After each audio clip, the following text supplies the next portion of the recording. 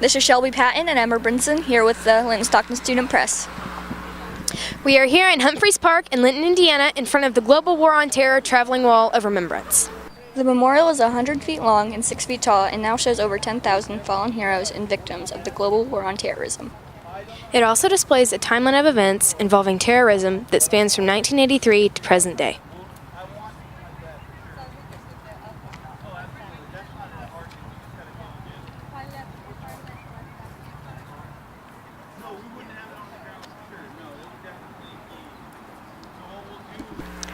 We are here with the founder of the Romans Warrior Foundation, Bryan Romans. Thank you for speaking with us today. Thanks for having me. Tell us a little bit about the foundation you founded, the Romans Warrior Foundation. The foundation is a 501c3 nonprofit charitable organization whose primary goal is to provide cost-free therapeutic weekend retreats to our veterans, Gold Star families, and first responders.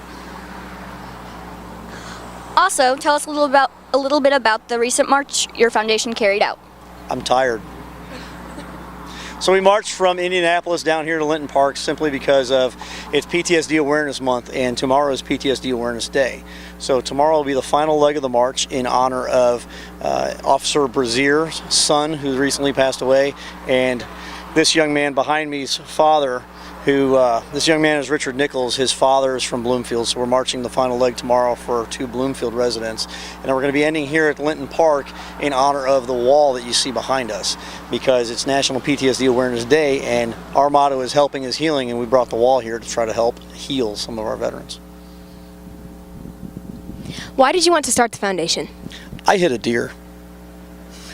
October 20th at 5:45 in the morning, doing 50 miles an hour, I was introduced to Buck. Buck happened to be an Indiana 250-pound 10-point deer.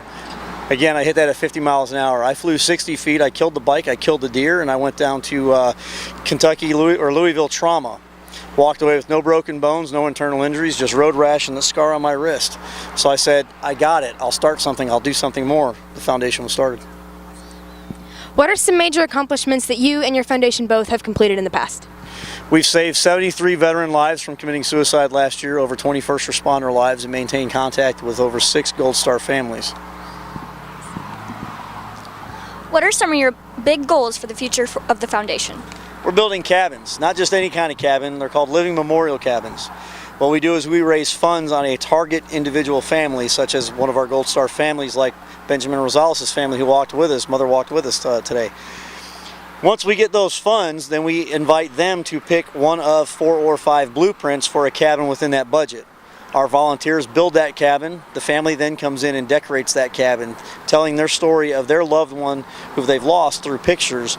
And what we hope to do with that is have a visual picture to be able to heal some veterans or first responders that may be in a weird situation or awkward situation mentally, and they see these pictures and say, I'm not putting my family through a death. This death was in combat. I'm not going to do that to my family here at home.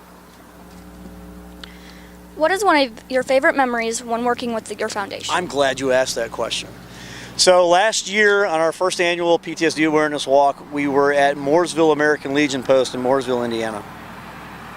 While I had Maria Rosales, I took her to a hotel so she could freshen up a little bit before dinner. A young woman walked into that post a little disheveled, didn't really have a whole lot of money, and you could see that, you know, by her appearance. I hate saying it like that, but you can see that by her appearance. But she had said, hey, I'm looking for Bryan Romans. So Jeff Coulter, one of our associates, turns around and he says, I'm not Bryan, but I work with him. How can I help you? And she says, well, I saw and heard what you guys are doing, and I believe in it so much, I want to give you everything I have. She reached into her pocket and pulled out a change purse. Now remember, she said everything I have. So she has Jeff hold his hands open, and she pours all the coins from this change purse into his hands. He turns around to set this coins on the bar, turns back around, this woman is gone. So both Jeff and the barkeep get out from behind the bar and they walk out there in the parking lot. She's nowhere to be found. They walk around the building, again, nowhere to be found.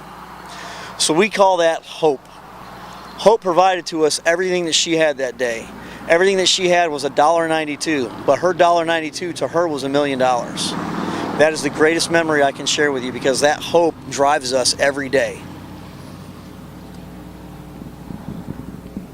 Why did you decide to bring this memorial to Humphreys Park in Linton, Indiana? Because I live here.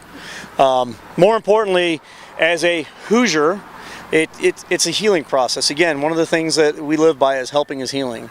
I've never seen this wall. On the other side of that wall, I know 14 to 22 names on that wall. Do I want to go look for them? No. Am I? Absolutely. Why? Because I've been holding all that in since I left the Marine Corps in August of 2011. So I know what a lot of our fellow veterans are going through. And this wall is so significant. It's not just post 9/11 veterans. This is everything from 1983 involving a terroristic incident. You have the bombing of the Marine barracks in Beirut. You have the towers. You have the planes. You have the Pentagon, and then you have Iraqi freedom and enduring freedom. So this wall has the potential to heal so many veterans here in southern Indiana. It's just phenomenal. So the question isn't why bring it here. The question is why not. Also, even though you're not the person who created the wall, what would be some of your hopes for it in the future? To bring it back next year, advertise a lot more, have more people come in for the escort in, have more people be here for the setup process. And this week might actually be phenomenal for the city of Linton, because they might get people, actually I'm not going to say they might, they're going to get individuals coming in from all over central southern Indiana, southern Illinois, Ohio, Western Ohio, to come in to be able to see their brothers and sisters on this wall and to pay homage and tribute to them, because they are not forgotten. If there was one piece of advice that you would leave behind your successors of your foundation, what would it be? Keep going. Never give up. Never give in. Don't worry about money. Money will come. It's the awareness part. That's what this wall is. So, to be perfectly honest with you, this wall is costing us $5,000 to bring it here from Southern California. Do I care if we raise that money? No. It's going to come. The point is bringing the wall here to be able to help heal our veterans. For no disrespect, for your generation to be able to see the sacrifice of so many. Most of the names on the backside of this wall are under the age of 25. You all aren't that far from that age now. So for you guys to be able to see that impact on what it takes to be able to have this freedom that we all enjoy so much, that's what I would tell my successors, is keep driving, keep pushing, do better, do bigger. This has been Emma Brunson and Shelby Patton with the Linton Stockton Student Press. Thank you so much for speaking with us.